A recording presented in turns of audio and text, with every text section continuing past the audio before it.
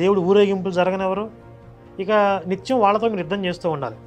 ఎప్పుడు 35% గనక వాళ్ళు రీచ్ అయితే, అంటే ఇక్కడ సాధారణ విశ్వాసులకి ఒక వ్యూహంలో వాళ్ళు నడిపించబడుతున్నారు, ఒక కుట్రలో భాగస్వాములు అయ్యారనే విషయం వాళ్ళకి తెలియదు.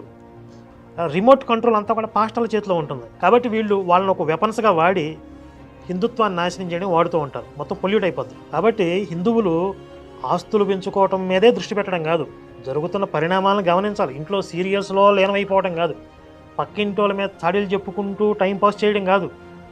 చుట్టుపక్కల పరిసరాల్లో ఏం జరుగుతుంది, రాష్ట్రంలో ఏం జరుగుతుంది, దేశవ్యాప్తంగా ఏం కుట్రలు జరుగుతున్నాయి పరిశీలించండి.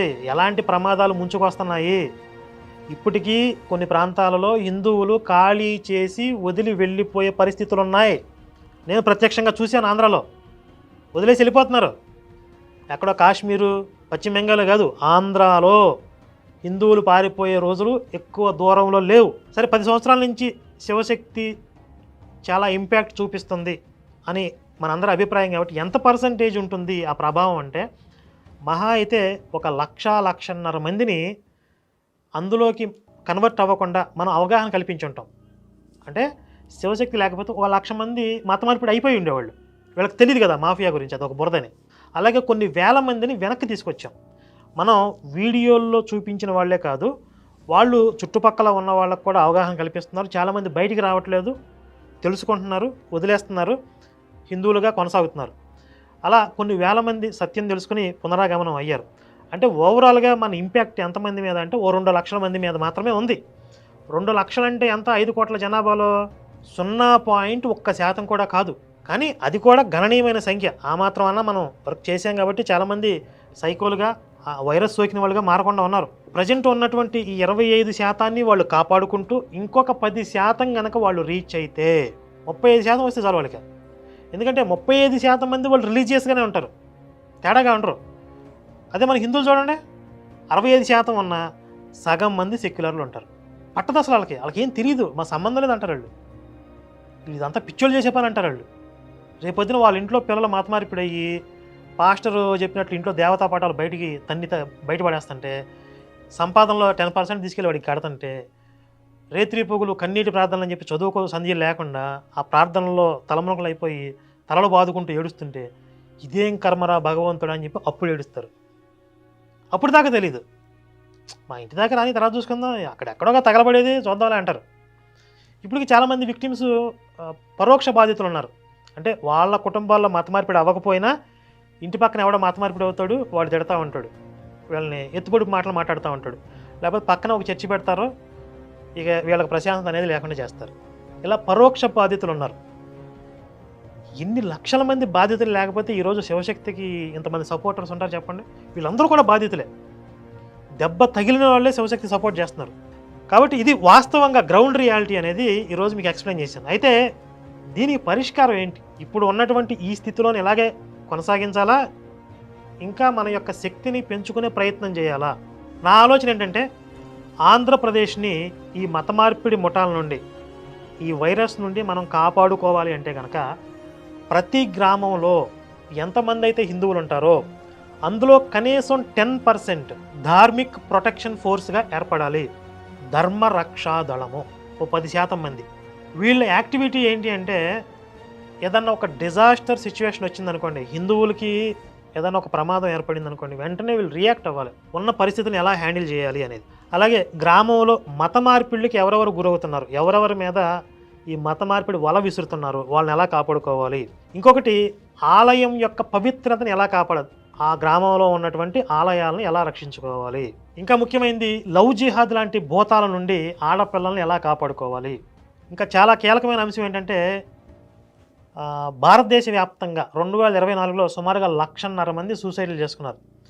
ఈ 1,50,000 మందిలో 90-95% మంది హిందువులే ఉంటారు. అంత సెన్సిటివ్గా మారిపోయారు. అంటే వీళ్ళు ఎమోషనల్గా ఉంటారు. అలాగే మధ్యతరగతి కుటుంబాల్లో కాస్త పరువు, మర్యాద ఇలాంటి అంశాలకు ఎక్కువ ప్రాధాన్యత ఇస్తారు. ఏ చిన్న అవమానం జరిగినా తట్టుకోలేరు.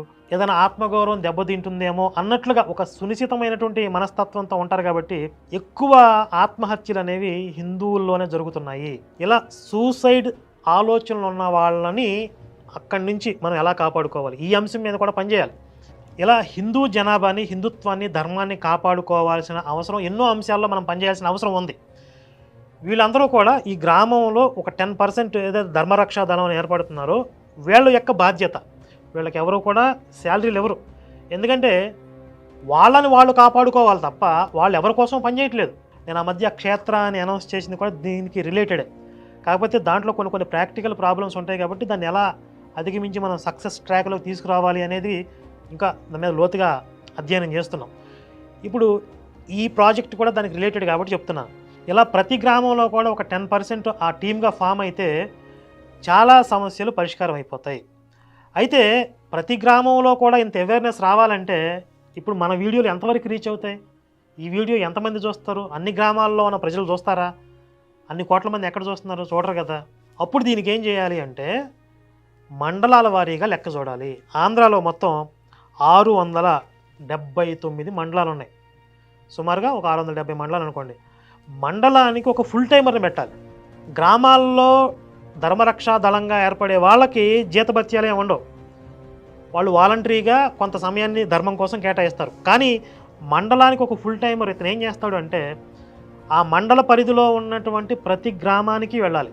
ప్రతి గ్రామంలో అక్కడ కుల పెద్దలతో, గ్రామ పెద్దలతో సమావేశాలు పెట్టి ప్రస్తుతం జరుగుతున్నటువంటి పరిణామాలు ఏంటి, ఈ ధర్మరక్షా దళంగా ప్రతి గ్రామంలో హిందువులు సంఘటితం అవ్వాల్సిన అవసరం ఏంటి అనేది వాళ్ళతో చర్చించి వాళ్ళ టీమ్గా ఏర్పడిన తర్వాత వాళ్ళ కార్యాచరణ ఎలా ఉండాలి, లీగల్గా ఎలాంటి సమాచారం వాళ్ళకి తెలియజేయాలి, ఈ నియమావళి అంతా కూడా వాళ్ళకి అవగాహన కలిగేలాగా వాళ్ళకి ఇవ్వాలి.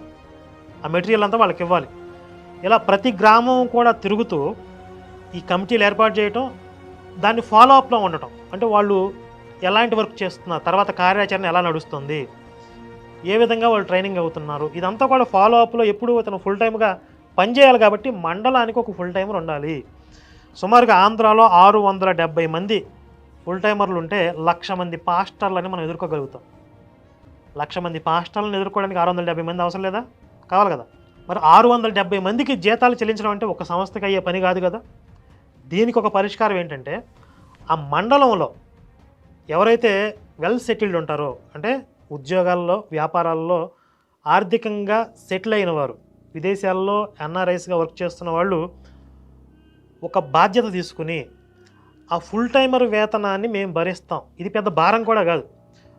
సుమారుగా ఒక 15,000 నెలకు ఒక 15,000 ఒక కార్యకర్తకు ఒక ఫుల్ టైమర్కి ఖర్చు అవుతుంది అనుకుంటే సంవత్సరానికి 1,80,000, రౌండ్ ఆఫ్ 2 లక్షలు అనుకోండి. సంవత్సరానికి 2 లక్షల అమౌంట్ అనేది ఓ 10 మంది ఎన్ఆర్ఐలు లేదా వెల్ సెటిల్డ్ ఎంప్లాయీస్ కలిస్తే పెద్ద భారమా? ఒక్కొక్కరికి 20,000 అంటే నెలకి 2,000 కన్నా కూడా తక్కువ. అప్పుడు ఆ మండలం సేఫ్గా ఉంటుంది కదా, ఆ మండల పరిధిలో వర్క్ జరుగుతుంది కదా, ఎన్నో గ్రామాల్లో హిందుత్వ అవేర్నెస్ వస్తుంది కదా. కనుక ఇప్పుడు ఈ మండలానికి వర్క్ చేస్తున్నటువంటి ఈ ఫుల్ టైమర్ కార్యకర్తకి చెల్లించే ఆ వేతనం ఏదైతే ఉందో అది ఇప్పుడు మా శివశక్తికి కూడా ఇవ్వద్దు. డైరెక్ట్గా మీరు ఆ కార్యకర్త అకౌంట్లో వేసేయండి. ఇదిగో నెలకి ఎంత నీకు శాలరీ అని చెప్పి ఆ కార్యకర్త అకౌంట్లో వేసేయండి. అయితే ఆ కార్యకర్తని మీరు నియమిస్తారా లేదా మమ్మల్నే నియమించమంటారా పలానా మండలంలో అని చెప్తే మేము నియమిస్తాం. అలాగే వాళ్ళకి ట్రైనింగ్ కూడా మేమే ఇస్తాం ఫ్రీగా. ఒక 3 రోజులు లేదా 7 రోజుల పాటు ఒక ట్రైనింగ్ క్యాంపు పెట్టి మండల పరిధిలో ఫుల్ టైమర్లుగా పనిచేస్తున్న వాళ్ళకి, చేయబోయే వాళ్ళకి గ్రామ కమిటీలు ఏ విధంగా ఏర్పాటు చేయాలి, గ్రామ సభలు ఏ విధంగా నిర్వహించాలి, ఆ గ్రామ కమిటీలకి, ధర్మరక్షా దళాలకి ఇవ్వాల్సిన మెటీరియల్ ఏంటి, వాళ్ళని ఎలా ఫాలోఅప్ చేయాలి, ఒక నెలలో అతను ఎన్ని గ్రామ సభలు పెడుతున్నాడు, ఈ ఇన్ఫర్మేషన్ అంతా కూడా మేము తీసుకుంటాం. అతను ట్రైనింగ్ ఇచ్చి పంపిస్తాం. కానీ అతనికి చెల్లించాల్సిన వేతనం మాత్రం ఆ మండల పరిధిలో ఉన్నటువంటి వ్యక్తులు బాధ్యత తీసుకుని మీరు డైరెక్ట్గా అతని అకౌంట్లోనే వేసేయండి. కానీ ట్రైనింగ్ మేము ఇస్తాం, ఫాలోఅప్ కూడా మేమే చేస్తాం. ఆ నెలలో ఎన్ని గ్రామాలు తిరిగాడు, ఎన్ని కమిటీలు ఏర్పాటు చేశాడు, ఎంతవరకు నడుస్తుంది అనేది ఎప్పటికప్పుడు ఆ సమాచారం మేము తెలుసుకుంటాం. ఆ ఆర్థికపరమైన భారాన్ని భరిస్తున్న వాళ్ళకి కూడా ఆ సమాచారాన్ని మేము మీ మండలంలో ఈ నెలలో ఇంత వర్క్ జరిగింది, ఈ సంవత్సరంలో ఇంత వర్క్ జరిగింది, ఇన్ని గ్రామాల్లో కమిటీలు ఏర్పడ్డాయి అనేది ఆ సమాచారాన్ని మీకు కూడా తెలియజేస్తాం. ఇది ప్రస్తుతం ఆంధ్రప్రదేశ్లో ఉన్నటువంటి గ్రౌండ్ రియాలిటీని దృష్టిలో పెట్టుకుని, రాబోయే ప్రమాదాలను దృష్టిలో పెట్టుకుని లోతుగా అధ్యయనం చేసి, ఎంతో మేధోమథనం చేసి ఒక దీర్ఘకాలిక ప్రణాళికతో ఈ విధంగా వర్క్ చేస్తే ఈ మత మార్పిడి ముఠాలని మనం ఎదుర్కోగలుగుతాం, లీగల్గా చట్టబద్ధంగా మనల్ని మనం ప్రొటెక్ట్ చేసుకోగలుగుతాం, ధర్మాన్ని నిలబెట్టుకోగలుగుతాం అని ఆలోచన చేసి మీ అందరి ముందు పెడుతున్నాను. ఇందులో మళ్ళీ ఇదేదో శివశక్తి ఫండ్ రైజింగ్ కాదు, అసలు శివశక్తి అకౌంట్లో మీరు డొనేషన్స్ ఇవ్వడానికి కూడా నేను చెప్పట్లా. మీరు పుట్టి పెరిగినటువంటి, మిమ్మల్ని పెంచి పెద్ద చేసినటువంటి కన్నతల్లి లాంటి మీ గ్రామాన్ని, ఆ ప్రాంతాన్ని మీరు దత్తత తీసుకోండి. ఆ ప్రాంతంలో మీ గ్రామంలో ధర్మాన్ని నిలబెట్టడానికి మీరు బాధ్యత తీసుకోండి.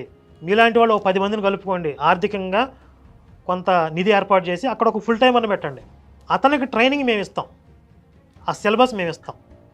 ఇలా దీర్ఘకాలికంగా పనిచేస్తే మనం ఇందులో సక్సెస్ అవ్వడానికి అవకాశం ఉంది.